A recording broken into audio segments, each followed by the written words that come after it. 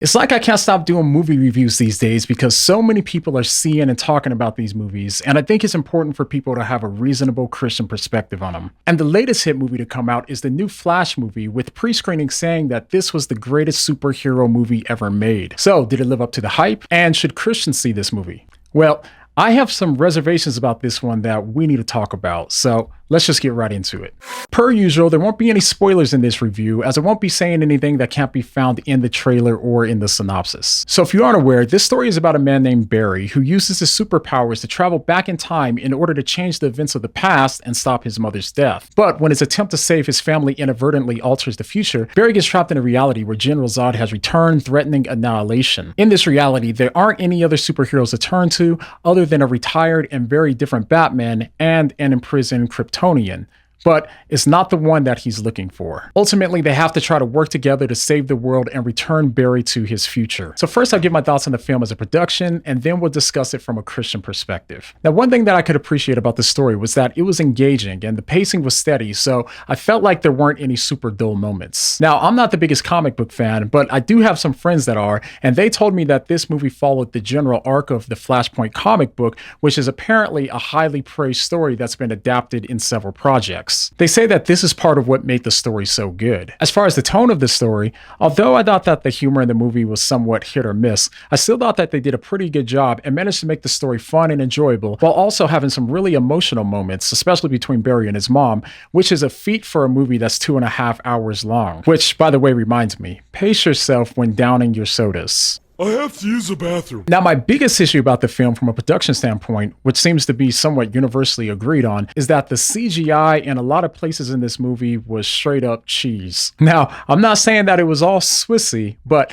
I'm not exaggerating when I say that I've seen PlayStation 2 cutscenes that had better graphics than some of the scenes in this movie. In fact, the director came out defending the cringy CGI, claiming that it was intentional for storytelling purposes. But in my opinion, even if that's true, it wasn't a good move. It was actually so bad that it took me out of the scene in a few places. And with so many superhero films and TV shows raising the CGI bar, not to mention the $300 million budget and several years of production that The Flash had to work with, to release this as the finished project is just not a good look in today's cinematic day and age. Oh, and speaking of things that didn't look good, can someone please teach this Flash how to run properly? When he ran, they made him look less like a speedster and more like a male figure skater prancing through a lightning storm.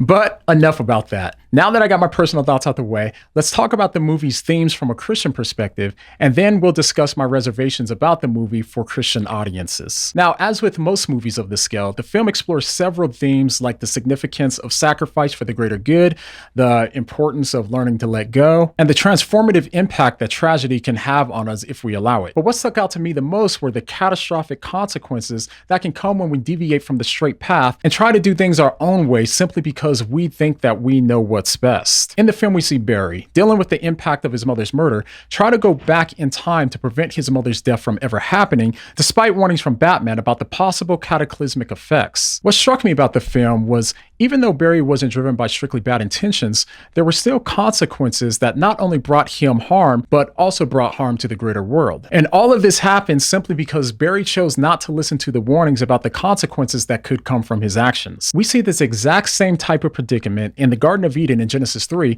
where Adam and Eve are tempted by the serpent to eat the fruit that God forbade them to eat. God specifically told them that if they ate of the tree, they would surely die. But despite this warning, they still ate from the tree, which not only brought them harm, but also brought harm and catastrophe to the greater world at large. And what's interesting is that if you read the text, verse 6 says, "When the woman saw that the fruit of the tree was good for food and pleasing to the eye, and also desirable for gaining wisdom, she took some and ate it. She also gave some to her husband who was with her, and he ate it." Now, if you look at this verse in a vacuum, then you'll notice that they're desiring something good. Something that's good for food, pleasing to the eye, and wanting to be wise, and none of which, by the way, are bad things in and of themselves. But what can make these desires sinful is when we allow them to place us on a course that conflicts with what God has shown us, since He knows what's best for us better than we do. This is why the desire for good things in life, like sex and wealth and wisdom and so on, in and of themselves aren't inherently bad or sinful. It's only when we choose a path to achieve them that God warns us against that we can find ourselves on paths that are headed for disaster. To function function best and to have the most fulfilling outcome, we need to allow our desires to be guided by the one who created us and knows what's best for us. I mean, when the creator of your car tells you that your car wasn't designed to fly, believe him.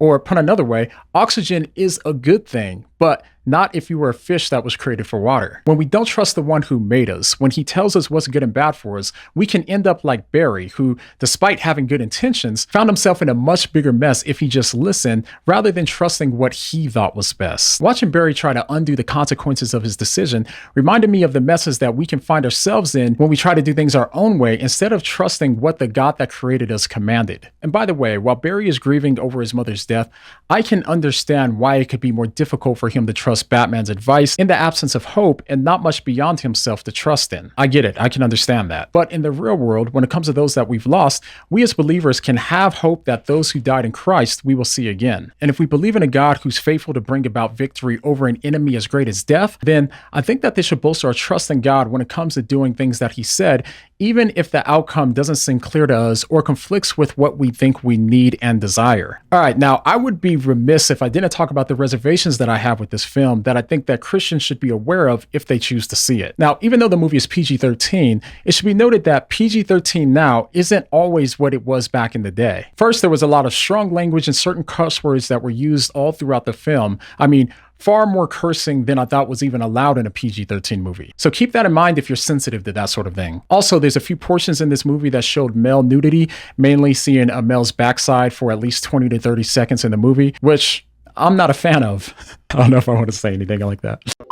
Also, like any comic book movie, there's going to be some fantasy violence and depictions of death, and while they're not especially gruesome, it's still something you should be aware of. And lastly, one more thing worth noting, and something that I wasn't aware of until after I saw the movie and looked more into the film, but the actor who plays Flash, Ezra Miller, is apparently a very controversial figure who's had multiple run-ins with the law and a few heinous accusations that I won't even get into here. So if you or those that you know have a hard time separating the art from the artist, that's obviously something that you should keep in mind as well. So with that being said, I would recommend for Christians to exercise caution, especially if you're considering bringing younger audiences to see the movie. So overall, while I don't think that this movie lived up to the supposed hype of being the best superhero movie ever, I can still see why a lot of people found it to be an enjoyable film overall. While keeping in mind the caveats that I just mentioned, I would caution believers to prayerfully consider before choosing to see this movie. But if you know someone who watched it and they loved it and you want to use the film as an opportunity to talk with them about Christ, consider letting them know that through the movie, we can relate to Barry in times when we often think that we know what's best, but in the end, we often find out that it was really God who knew best, since he's the omniscient being that created us. For an example of us believing that we know what's best for our lives instead of trusting in God's commands in the Bible, go ahead and check out this video where I explain how casual sex affects our brains and bodies in ways that you probably didn't anticipate, and how it conflicts with how we were designed. And the next time that someone says that you should trust yourself and your intentions instead of trusting God, what are you gonna say? What do you mean?